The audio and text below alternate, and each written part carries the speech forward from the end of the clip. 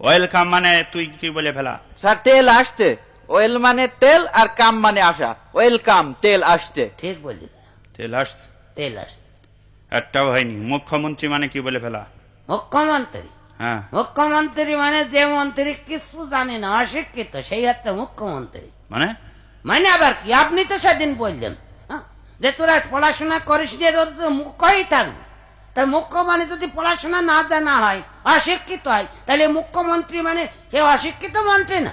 এই বুঝেছ তুমি? হ্যাঁ, আচ্ছা যাকে যাক, আকলি বল, অনু মানে কি? অনু ছোট্ট একটা মেয়ে, আমাদের স্কুলের ছাত্রী।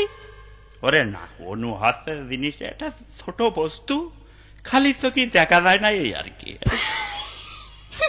কৃষি কামড়াল ও আল্লাহ, অনু ছোট, তো কি? খালি চোখে দেখা যায় না। না, এক ক্লাস 3 পড়ে অনু, সামনের বেঞ্চিতে বসে থাকে ডেলি এসে, আমরা সবাই খালি চোখে দেখি, আর আপনি বলছেন খালি চোখে দেখা যায় না। আপনার চোখের পাওয়ার নেই তাই বলেন, আমরা সবাই দেখতে হয়। চুপ কর। ও ও কি ফজাতে উড়না পড়েছিস কেন? ও এই আজকাল এরকমই চলছে। এরকমই চলছে তার মানে?